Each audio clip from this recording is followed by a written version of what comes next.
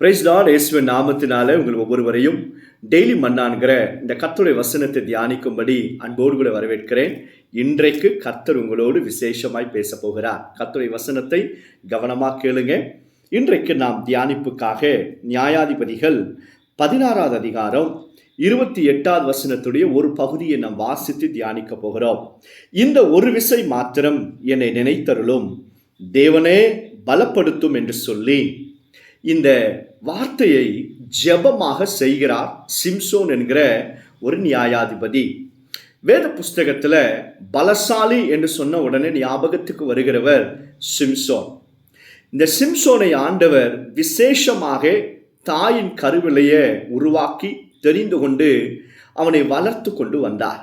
சிம்சோன் சிங்கத்தையும் கிழித்தவன். பெலிஸ்தியர்கள் ஆயிரக்கணக்கான சத்துருக்களை ஒரே மனுஷனாக நின்று கொன்று குவித்தவன். அவ்வளோ பலசாலி இந்த சிம்சோன். சிம்சோன் இஸ்ரவேல் ஜனங்களை நியாயாதிபதியாக நியாயம் தீர்த்து கொண்டு நடத்தி கொண்டு வந்த ஒரு நல்ல தலைவன்.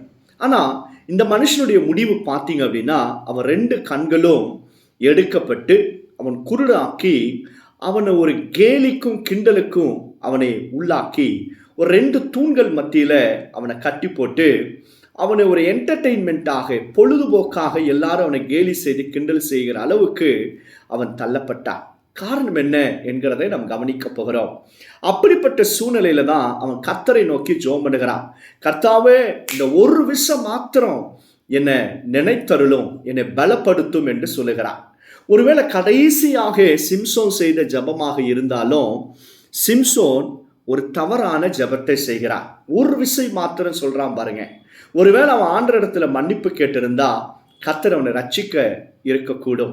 கர்த்தருடைய பிள்ளைகளை தெரிந்தோ தெரியாமலையோ பாவம் செய்யும் போது கர்த்தர் பக்கமா வந்துருங்க. ஆண்டவரை என்னை மன்னியும் என்று சொல்லும் போது கர்த்தர் உன்னை மன்னிப்பார், நம்மை நினைத்தருளுவார், மீண்டும் கர்த்தர் நம்மை பலப்படுத்துவார். இந்த நிலைமைக்கு சிம்சோன் தள்ளப்பட்டதனுடைய காரணம் என்ன அப்படின்னா, சிம்சோன் ஒரு பெண்ணை காதலித்து திருமணம் செய்கிறார். 1 வருஷத்துக்குள்ளாக அவனுடைய தகப்பனார், அந்த பெண்ணுடைய தகப்பனார், அதாவது சிம்சோனுடைய மாமனார் என்ன பண்றாருன்னா, சிம்சோனுடைய மனைவியை எடுத்து இன்னொருத்தனுக்கு கொடுத்து திருமணம் செய்து வைக்கிறார். அந்த வேதனையில, அந்த காயத்துல, சிம்சோனுக்கு இருதயத்தில் உண்டான காயத்தினாலையும் தனிமையினாலையும் அவன் என்ன செய்தான், கர்த்தர் பக்கமாய் வரல.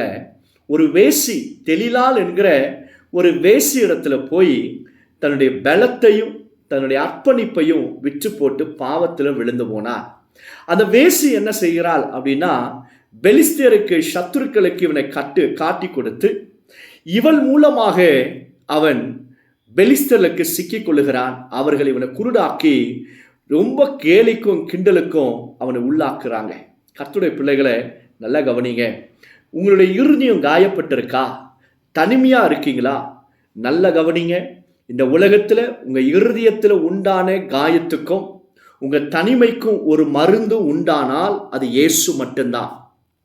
உங்க இருதயத்தில் இருக்கிற காயங்கள், உங்களுடைய தனிமையான உங்க வாழ்வு மாறணும் அப்படின்னா இயேசு பக்கமா வந்துருங்க. பல நேரத்துல நாம் இருதயத்தில் உண்டான காயங்களையும் வேதனையையும் நம்முடைய தனிமையையும் தவறாய் கையாளுகிற போது பிசாசு நம்மை வந்து பிடித்து கொள்ளுகிறான். நம்முடைய வாழ்க்கையை சிதறடிக்கிறான், சின்ன பின்னமாக்குகிறான். ஒரு உறவுல அல்லது உங்களுடைய திருமண வாழ்க்கையில யாரையோ ஒரு மனுஷனையோ நீங்க நம்பி ஏமாந்து போயிருக்கலாம். உங்க இருதயம் காயப்பட்டு இருக்கலாம். தனிமையினால நீங்க வாடிக்கொண்டிருக்கலாம். ஆனா அது, அந்த தனிமை, அந்த காயத்துக்கு இயேசு மட்டும்தான் மருந்து. அவரிடத்துல வாங்க, கர்த்தரை பலப்படுத்துவா. இந்த ஜெபத்தை சிம்சோன் அவனுடைய மனைவி அவனை விட்டு போன பிறகு செய்திருந்தா கர்த்தர் அவன் நிச்சயமாகவே பெரிய காரியங்களை அவனை வைத்து இன்னும் செய்திருப்பார். உங்க வாழ்க்கையில மனுஷர்களால, சூழ்நிலைகளினால உங்களுடைய இருதயம் காயப்பட்டிருக்கா? தனிமையா இருக்கீங்களா? இந்த இடத்துல தான் நீங்க எடுக்க வேண்டிய மிக முக்கியமான முடிவு என்னன்னா, ஏசப்பா கிட்ட வந்துருங்க. இந்த உலகத்துல வேற எந்த மனுஷியிடத்துல போனாலும் பிசாசின் கைகளில நீங்க சிக்கிக் கொள்வீங்க. உங்க வாழ்க்கை கேள்விக்குறியாய் மாறும். உங்க வாழ்க்கை ஆசீர்வதிக்கப்படணும் அப்படின்னா உங்கள் காயங்களை ஆற்றுகிற ஒரே மருந்து இயேசு. அவரிடத்துல ஓடி வந்துருங்க. உங்க தனிமையை நீக்குகிற ஒரே மருந்து இயேசு. அவரிடத்துல ஓடி வந்துருங்க.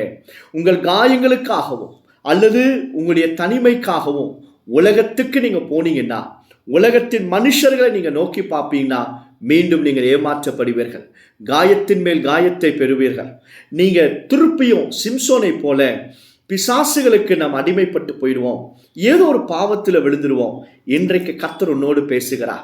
யாரோ ஒருவர் உன் இருதயத்தை உடைத்திருக்கலாம், உன்னை தனிமையாக்கி இருக்கலாம். கவலைப்படாதீங்க, இயேசு உன்னோடு இருக்கிறார். அவர் உன்னை நேசிக்கிறார். அவர் உன்னை பலப்படுத்துகிறார். அவர் பக்கமா திரும்பி, ஆண்டவரே என்னை மன்னியும், என்னை பலப்படுத்தும் ஆண்டவரே, என் கூட இருங்க ஆண்டவர் என்று சொல்லி பாருங்க.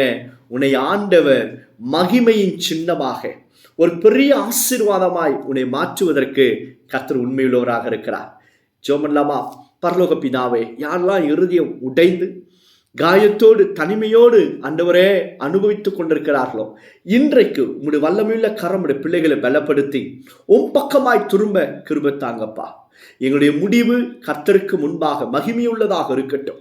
இயேசுவின் நாமத்தில் அந்த வசனத்தை கேட்கிற ஒவ்வொரு பிள்ளைகளுடைய இருதய காயங்கள் எல்லாம் ஆறட்டும், தனிமை நீங்கட்டும். இயேசுவின் நாமத்தினால, இயேசுவின் நாமத்தினால ஜெபிக்கிறோம் பிதாவே.